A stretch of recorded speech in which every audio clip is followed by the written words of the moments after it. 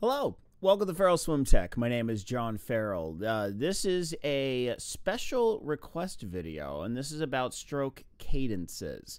Now, before we get going, remember, if you have any questions or special requests, please shoot me an email, farrellswimtech@gmail.com. Check out the Instagram, Farrell Swim Tech on Instagram, and always, if you like this video, please like and subscribe. That would be fantabulous. Okay, stroke cadences. Now, this kind of developed from a member of Lionel Sanders' Discord, lovingly referred to as Doc. That's what he calls himself. He was asking me all about stroke cadences, and if you've watched my videos, I talk about a thing called dead space. And dead space is basically any part of your stroke where there's nothing going on.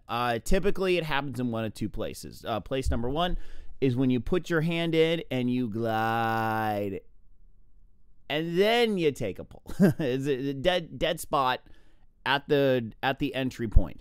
The other dead spot is at the finishing point, where I've seen people take a stroke and then recover. It's just that that hesitation when the hand finishes before the recovery starts. That's another part where there's always a lot of dead space. Now, the way that I teach is more of a dead spot elimination of the stroke. It doesn't have to be fast, it just can't stop. Now, that is one major methodology of how to swim. Now, I've looked up a couple videos on this, and it is sometimes referred to as a sprint style cadence, where you don't stop. Continual power output through the entirety of the event. Now, the reason why I teach 0 stoppages of cadence is because if you give beginner swimmers the ability, you say, oh, you can just glide. They're going to glide, and you're going to lose a ton of capacity in order to generate acceleration. Okay? Remember, swimming is propulsion minus drag. That's your speed. Your speed is how much propulsion you're getting out of your arms minus the amount of stuff you're trying to plow through the water. Okay? Same concept on the bike, except the swimming water pressure will destroy your speed way faster than when you're on the bike. So, sorry. There. All right.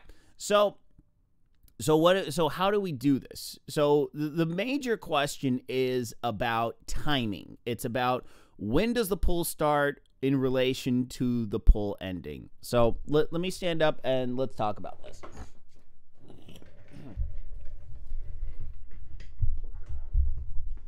Okay. So typically when I swim, I'm here, here, here, here, here, here. One.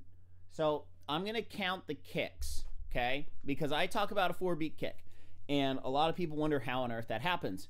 1, 2, 3, 4. 1, 2, 3, 4. 1, 2, 3, 4. Okay? So, right here, right hand up, left hand back. Right hand pulls, left hand recovers. Okay? Key is shoulder rotation. So you can kind of see I'm just like right here, but if you want the full rotation here, there, okay? So if you want to try this at home, work on swiveling your hips so when you're reaching forward, your chest is all the way out to the side, your head is looking straight forward. So 1, 2, 3, 4. 1, 2, 3, 4. Okay? So this is just the basics. So let's break it down. Beat 1, hands are straight forward. Because you're here, push off streamline, take 1 stroke. 1, 2, 2, 3, 4. 1, 2, 3, 4. 1, 2, 3, 4. 1, 2, 3, 4. 1, 2, 3, 4. 2, 3, 4. 1, 2, 3, 4. Okay? So, this is very easy to learn how to do on dry land because it is a 4-beat. It's 4 beats. 1, 2, okay? So from 1 to 2, what you're doing, I'm stepping on my green screen back here, so if you hear mechanical clicking, that's what it is. So 1 to 2 for the pull, grab that water, get into that 90-degree diamond formation, okay? 1, 2, okay? 1, 2, 1, 2, okay? Now the 1, 2 is your hand, your left hand or right hand, whatever, starts back here. 1, 2, okay? You're gonna let that hand rest, let that elbow come up. 1, 2. What you want to think about is you actually want to think about the elbow coming up. Just let that hand go. Just let that hand go. That hand isn't moving anywhere. 1, 2. Okay? So, when you're pulling, let me get over here. So, when you're pulling down here, 1, 1, 2, 1, 2. Okay? This is how you should look like. You should be about halfway through your pull. 1, 2. Okay? Then what we're going to do is the right arm, 3, 4. Okay? 3, 4.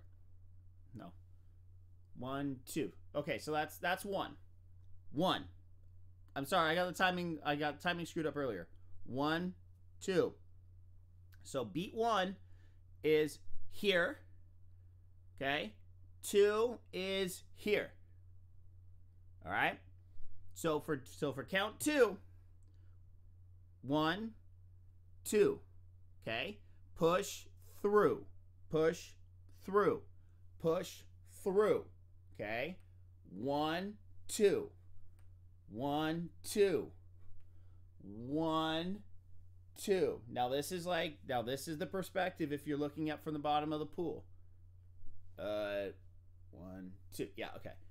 1, 2, 3, 4. 1, 2, 3, 4. Okay? So, to review. 1, 2, 3, 4. 1, 2, 3, 4. 1, 2, 3, 4. Notice the shoulders are rotating. Okay, 1, 2, 3, 4.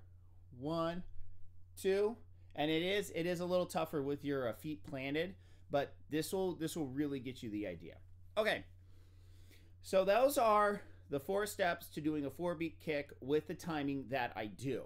Now, why is it that I do this? Because like I said, number 1, stroke generation.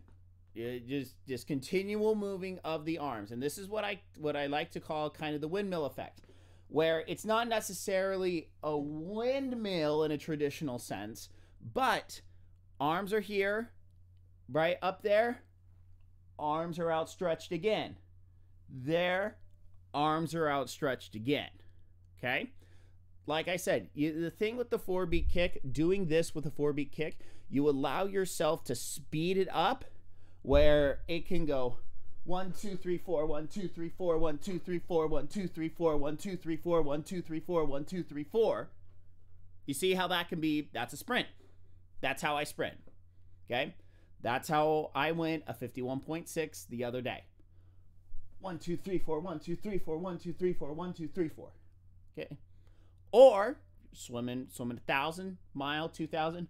1, 2, 3, 4. 1, 2, 3, 4. Now, you notice, when I did that, I had a little bit of a catch-up.